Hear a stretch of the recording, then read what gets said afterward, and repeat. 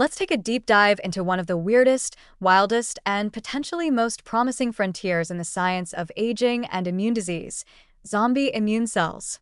Now, if you're imagining gray-skinned T cells lurching around your bloodstream muttering cytokines, like extras in The Walking Dead, you're not far off. In the aging world, cellular senescence is a biological zombie apocalypse, except instead of brains, these undead cells hunger for attention, inflammation, and maybe some personalized therapy. Senescence is like retirement for cells, but a bad retirement.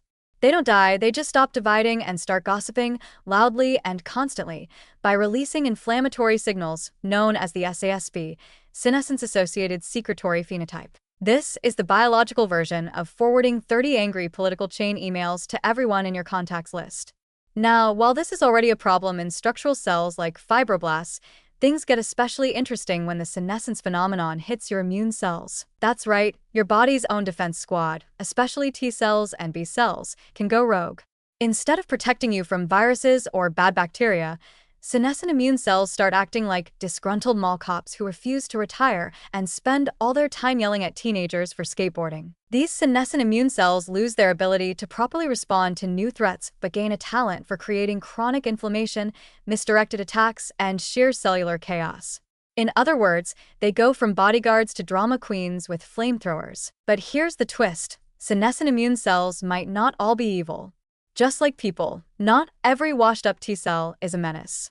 Some may actually play roles in preventing cancer or cleaning up damaged tissues. So scientists are now wondering, could there be subtypes of senescent immune cells, some bad, some benign, maybe even a few that are helpful? This idea is shaking up how we view autoimmune diseases.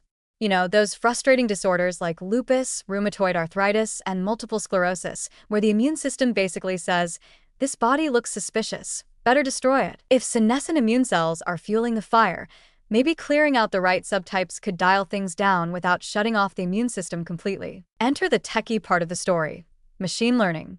Because when you're dealing with millions of cells, dozens of markers, and an alphabet soup of cytokines, your brain starts to feel senescent just reading the data. AI tools are now stepping in to help map out which immune cells are just tired and which are dangerous. With the right training data, algorithms can learn to spot patterns like, say, a B cell that's gone full zombie versus one that's just having a bad day. Even more promising is the move toward organ-specific senescence profiling, because the immune system doesn't act the same in your skin as it does in your gut or your brain. The microenvironment can completely change how cells age and misbehave. Researchers are now asking, are there gut-specific senescent T cells causing havoc in inflammatory bowel disease? Could we target brain-resident immune zombies in multiple sclerosis without wrecking the rest of the system? That's where senolytics, the drugs that aim to clear senescent cells, start to enter with dramatic flair. They've already shown promise in mouse models, cleaning up aging tissues like an overzealous Roomba with a vendetta. But using senolytics in autoimmune disease isn't just about sweeping away the elderly. It's about fine-tuning the response. Maybe even tricking certain cells into unsenescencing. Yes, scientists are working on that too, because why not make aging reversible while we're at it? Now, I know this sounds suspiciously optimistic, but for once, aging science might have stumbled into a win-win. If we can target the right zombie cells, we might not only reduce autoimmune diseases, but also improve aging itself. Less inflammation, better immune control, fewer false alarms from your immune system, and maybe, just maybe, fewer people feeling like their body is attacking them for simply existing. So while senescent immune cells might be the villains of this story, they also might be the key to the plot twist. Maybe not every zombie has to be killed, some might just need therapy. Or reprogramming.